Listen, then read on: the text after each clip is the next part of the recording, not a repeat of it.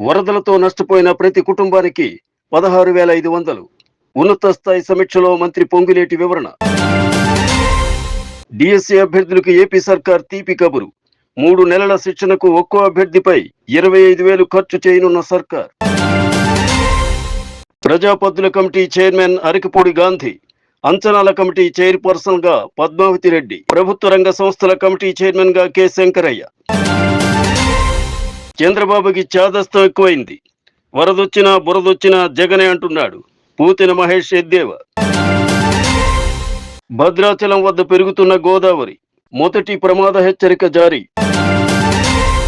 రాష్ట్రంలో సంభవించిన వరదల వల్ల 358 గ్రామాల్లో దాదాపు 2 లక్షల మంది నష్టపోయారని మంత్రి పొంగులేటి అన్నారు. వర్షాలతో నష్టపోయిన ప్రతి కుటుంబానికి నేరుగా వారి బ్యాంక్ అకౌంట్లోనే 16,500 జమ చేస్తామన్నారు. అవినీతి అక్రమాలకు ఆస్కారం లేకుండా వరద సాయాన్ని అందిస్తామన్నారు. భూపత్రాలు, రేషన్, ఆధార్ కార్డులతో పాటు ఇతర పత్రాలు కోల్పోయిన వారు పోలీస్ స్టేషన్లో దరఖాస్తు చేసుకుంటే డూప్లికేట్ ఇస్తామన్నారు. డిఎస్సి అభ్యర్థులకు ఏపీలోని కూటమి సర్కార్ తీపి కబురు చెప్పింది. రాష్ట్రంలోని గిరిజన అభ్యర్థులకు ఉచితంగా డిఎస్సి శిక్షణ ఇవ్వాలని నిర్ణయించింది. దీనిలో భాగంగా ఏజెన్సీ ప్రాంతాల్లోని 6 ఐటీడీఏల్లో, గిరిజనేతరుల ప్రాంతాల్లో 2 నుంచి 3 కోచింగ్ కేంద్రాలను ఏర్పాటు చేసే యోచనలో ఉంది. ఒక్కో సెంటర్లో 150 మంది చొప్పున 3 నెలల పాటు శిక్షణ ఉండనుంది. దీనికోసం ఒక్కో అభ్యర్థికి ప్రభుత్వం 25,000 రూపాయలు వెచ్చించనుంది. ఇక 16,347 పోస్టులతో ఏపీ సర్కార్ భారీ డిఎస్సిని ప్రకటించిన విషయం తెలిసిందే. త్వరలోనే దీనిపై ప్రకటన వచ్చే అవకాశం ఉందని అధికార వర్గాల సమాచారం. తెలంగాణ శాసనసభాపతి పలు కీలక కమిటీలను నియమిస్తూ సోమవారం నిర్ణయం తీసుకున్నారు. ప్రజాపద్దుల కమిటీ చైర్మన్ గా శేరిలింగంపల్లి ఎమ్మెల్యే అరికపూడి గాంధీ, అంచనాల కమిటీ చైర్పర్సన్ గా కోదాడ ఎమ్మెల్యే ఎన్ పద్మావతి రెడ్డి, ప్రభుత్వ రంగ సంస్థల కమిటీ చైర్మన్ గా షాద్ నగర్ ఎమ్మెల్యే కె శంకరయ్యను నియమించారు.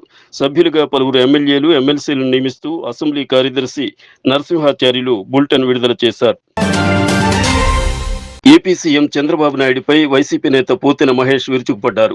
చంద్రబాబుకు చాదస్తం ఎక్కువైందని అనిపిస్తోందని ఎద్దేవా చేశారు.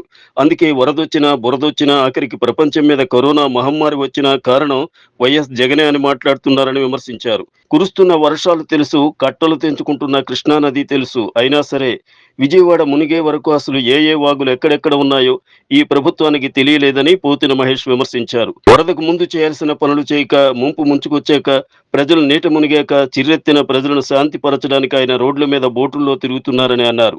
అసలు ఆ బోట్లు రోడ్ల మీదకు రాకుండా ఆపలేకపోయినా తన చేతకానితనాన్ని తెలివిగా కప్పిపుచ్చుకుందామని అనుకున్నారని కూటమి పార్టీలపై మండిపడ్డారు. భద్రాచలం వద్ద గోదావరి నీటి మట్టం మళ్లీ పెరుగుతోంది. గత కొన్ని రోజులుగా కురుస్తున్న భారీ వర్షాలతో ఎగువ నుంచి భారీగా వరద నీరు వచ్చి చేరుతోంది. దీంతో సోమవారం నుంచి వరద ప్రవాహం క్రమంగా పెరుగుతూ వస్తోంది. మంగళవారం ఉదయం 45 దాటింది. దీంతో అధికారులు మొదటి ప్రమాద హెచ్చరికను జారీ చేశారు. ప్రస్తుతం భద్రాచలం వద్ద 9,46,412 క్యూసెక్కుల వరద నీరు దిగువకు విడుదలవుతోంది. వరద మరింత పెరిగే అవకాశం ఉండడంతో లోతట్టు ప్రాంతాల ప్రజలు అప్రమత్తంగా ఉండాలని హెచ్చరికలు జారీ చేశారు.